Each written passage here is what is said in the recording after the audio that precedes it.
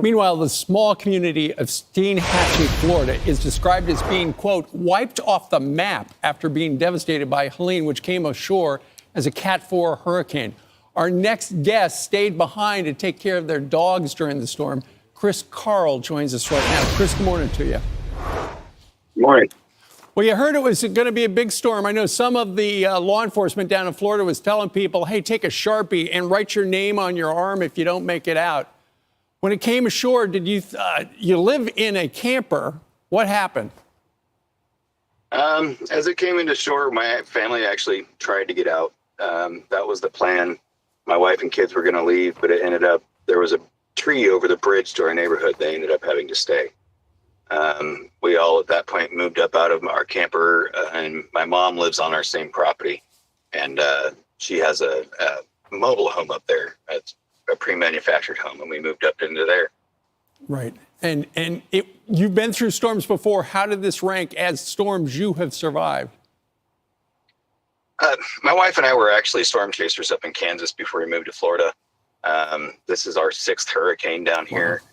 This is the worst, most destructive, strongest storm I've ever been through. Right. And I know that while it was epic, you are thankful that you are alive.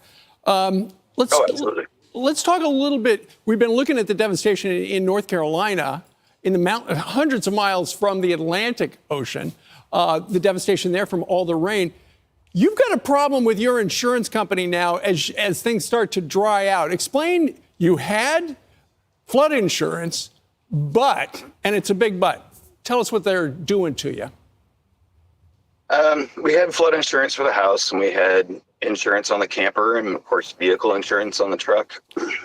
They have told us that because we did not move the camper and vehicle at least 100 miles outside of the storm's radius, they will not be covering us. It was a 900-mile wide storm. Where are you supposed to go? I guess they expected me to go back to Kansas. It's terrible. It's just unfeasible. We've heard so much about insurance companies and how they have been responding to the storm so far. There are 2 businesses in your area that you want to highlight that are responding to the storm in a profound, helpful way. They've essentially closed their business to help people like you, right? Correct.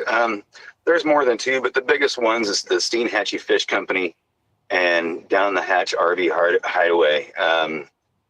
They both have pretty much just shut down everything that they're doing. Sea Hag Marina is another one. They took so much of a loss there right at the river, but they've still brought in supplies for locals to come pick up for free when it comes to bathing supplies, cleaning supplies, food, generators, anything that they could possibly need. That's great. Well, it's good that you would highlight that, and it's amazing that they would essentially close their business to help folks who are in trouble. Kris Carl, thank you very much for joining us live, and good luck to you and your family. Thank you. I'm Steve Doocy. I'm Brian Kilmeade. And I'm Ainsley Earhart. And click here to subscribe to the Fox News YouTube page to catch our hottest interviews and most compelling analysis.